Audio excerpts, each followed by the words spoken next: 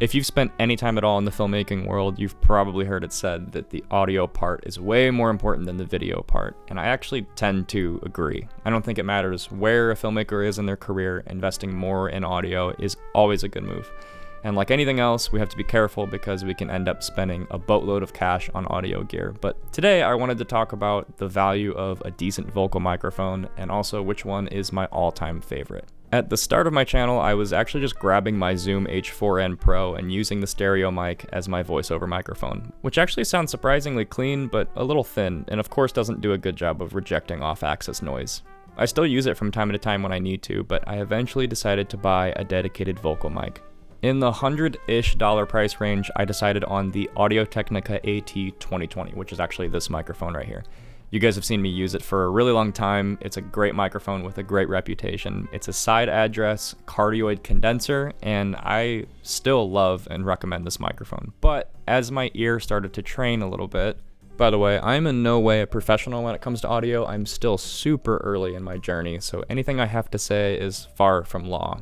The words I use to describe how sound sounds to me probably aren't even technically correct, but I will try my best. I began to notice the AT2020 didn't do an amazing job at rejecting noise, as it's cardioid instead of anything tighter. And also, it sounds kind of boomy on my voice, almost like it misses a lot of the mid-range and instead focuses pretty heavily on the lower frequencies and some of the higher frequencies. And at this point, I was tinkering around with sound enough that I decided it was time to look into some higher-end microphones. First, we need some context. I'm not recording instruments, I'm not doing any kind of live work or measuring or anything like that. This microphone will mainly be used for two things: recording YouTube videos like this and video calls. And speaking of video calls, yeah, a decent microphone's great and all, but if you're not recording your audio and video in high quality, it doesn't really matter. So I also pair it with Riverside.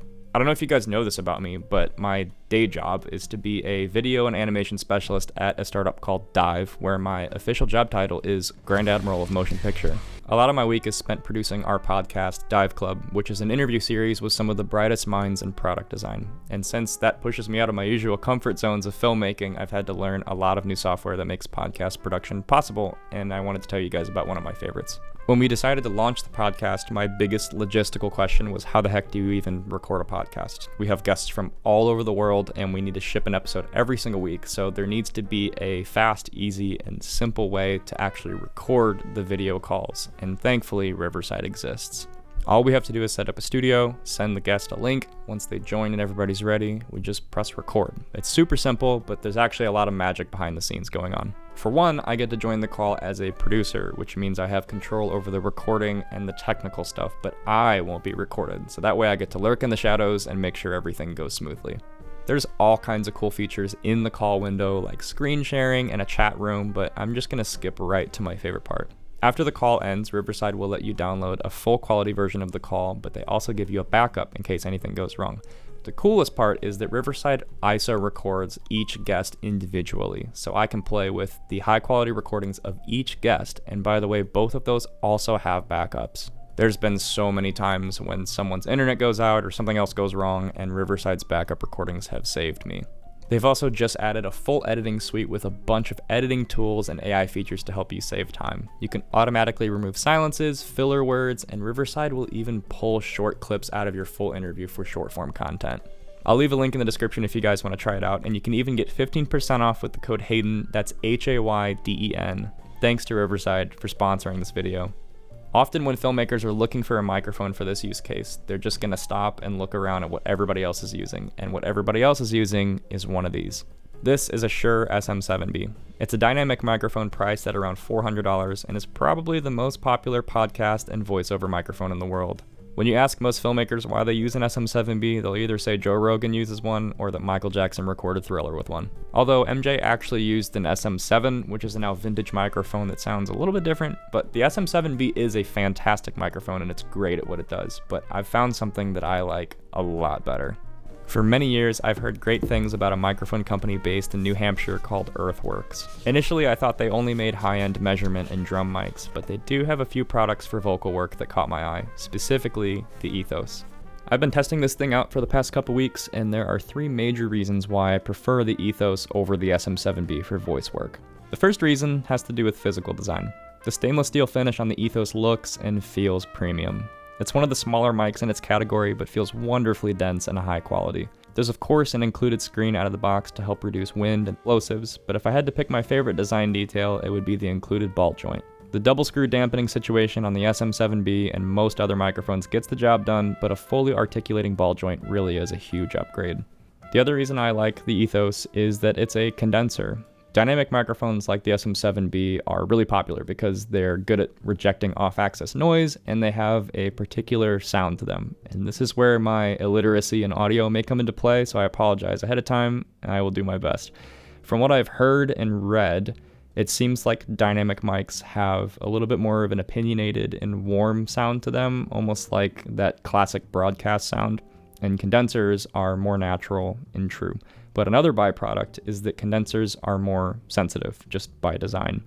If you were to plug an SM7B directly into my Ursa, which is how I usually record these things, you would need to run the preamps at like 100%, which would introduce a lot of extra noise.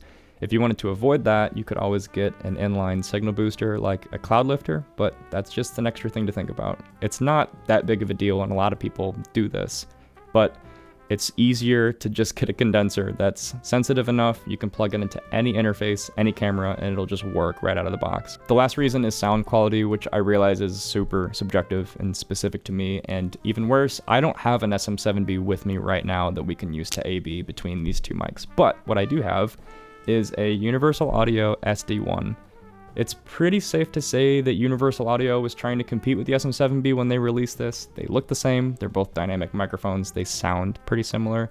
I've actually A/B'd between the SM7B and the SD1, and I actually prefer the SD1 over the SM7B, even though it's cheaper.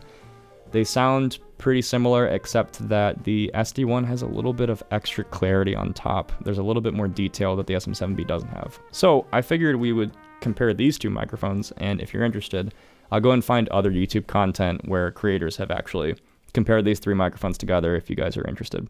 A second ago, I was talking about the tendencies of dynamics to introduce color and warmth and condensers to record more natural and true.